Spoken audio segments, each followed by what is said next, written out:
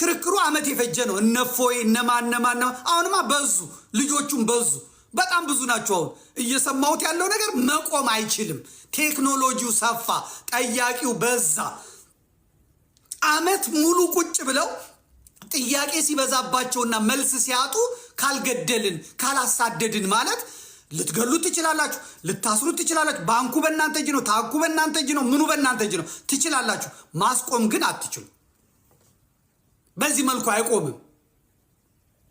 የሚቆመው በህግ በስነ ስርዓት ነው።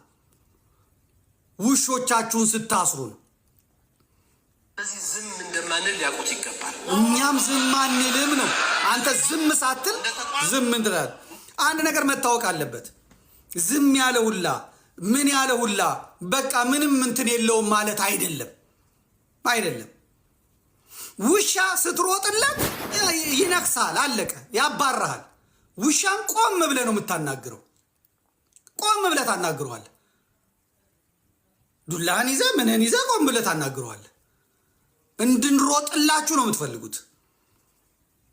አህመድ እንትና ያለውን ስለሰማው ነው። ማነው አሁን ብቅ ብሏል። ይሄ የእስልምናው ቃለ ሙጂብ አሚኖ ቁጭ ብሏል። ፖሊሶቹን እናዛለን። አህመድ ሸሊል ምናምን የሚባለው እኮ 50 ሺህ ብር አዋጣለሁ 100 ሺህ ብር ብለዋል። እሱን ለያዘ እሱን ለነካ እፎይን እንትን ላለ ብለዋል። ይሄ ቀላል ነገር አይደለም። እናንተም የታጠቃችሁትን ሱሪ የታጠቀ ህዝብ ነው ያለው። በፖለቲካ በፕሮፓጋንዳ እንደ ህፃን እየጮሁ እያለቀሱ በማስገደድ ጩኸት አስፈርቶ የለም። ይሄ